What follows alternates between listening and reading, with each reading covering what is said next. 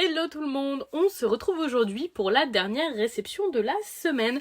J'ai reçu 3 colis de la part de 3 maisons d'édition différentes, donc ça va être de 100% manga, 100% service presse, et on va pouvoir voir ça de suite.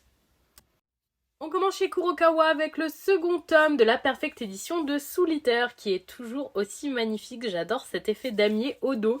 Cette fois-ci après Maka nous avons Soul sur la couverture. Donc j'ai pas encore eu le temps de lire le premier tome parce que je l'ai reçu très récemment. Comme je vous l'avais déjà dit quand j'ai reçu le premier tome de cette Perfect édition, je suis super contente de pouvoir la lire parce que j'avais beaucoup aimé l'animé Solitaire mais j'avais été assez déçue par la fin. Et je sais que la fin du manga n'est finalement pas du tout la même que celle de l'animé et qu'apparemment elle est beaucoup mieux. Donc j'avoue avoir très hâte de pouvoir les lire et surtout de découvrir la fin entre guillemets légitime.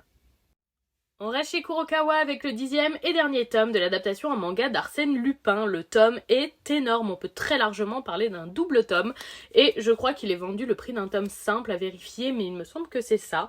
Pour ma part, Arsène Lupin au format manga, ça a été ma première découverte de l'univers Arsène Lupin et une très bonne surprise.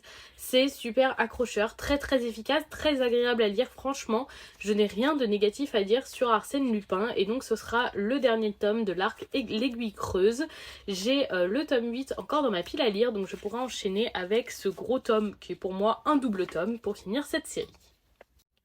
On reste chez Kurokawa avec le second tome de My Happy Marriage. Le premier tome est dans ma pile à lire. Vous avez été plusieurs à me recommander de lire les 2 premiers tomes d'un coup, donc ça tombe super bien pour pouvoir bien découvrir cette œuvre. Je ne vois que des avis positifs dessus, donc j'avoue que je pars assez confiante. J'ai également vu qu'il y aura un animé d'ici normalement la fin de l'année de ce que j'ai vu. Donc voilà, je pense que je le regarderai aussi. Je trouve la couverture très belle et totalement à mon goût. Je suis très curieuse de découvrir ce titre, je pense le sortir rapidement de ma pile à lire. On finit chez Kurokawa avec le 15e tome de Kemono Incident, le shonen dont on n'entend pas assez parler à mon goût. Il a eu le droit à une première saison en animé que je vous recommande pour vous faire un premier avis sur la série parce qu'elle est très bien.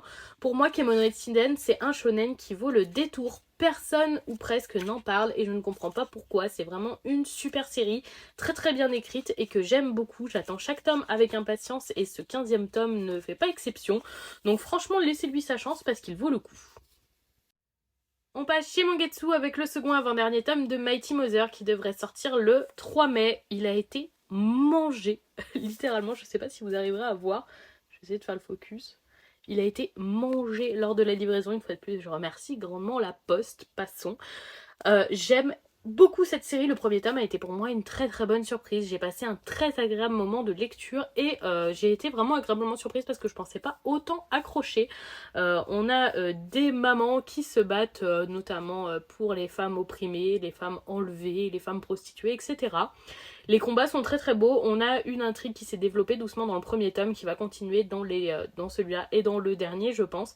Et franchement bonne surprise, j'avoue que je suis curieuse de lire la suite.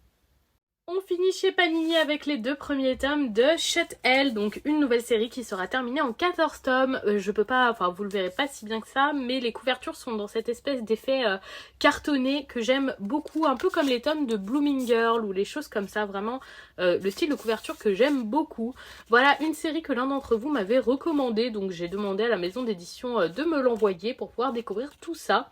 Et j'ai reçu un très joli pack presse avec, je m'y attendais pas, donc j'ai reçu les 2 premiers tomes dans cette très jolie boîte. Donc comme vous voyez elle est décorée vraiment de partout. Je la trouve très belle, c'est une boîte en bois.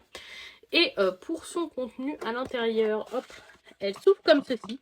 On a un petit Lego comme ça avec un instrument de musique à cordes. J'ai peur de me tromper sur le nom donc je ne m'avance pas. Et une petite présentation comme ça. Vous savez comment on peut avoir les couleurs de peinture quand on va dans un magasin de bricolage. Je pense que vous verrez ce que je veux dire. Très chouette, très beau pack presse. Et donc voilà pour mes réceptions du jour avec ce joli pack presse. De très bonnes lectures à venir. N'hésitez pas à me dire si vous suivez certaines de ces lectures, si vous lisez ces séries. En attendant, je vous souhaite un bon week-end, profitez bien et je fais des bisous tout le monde.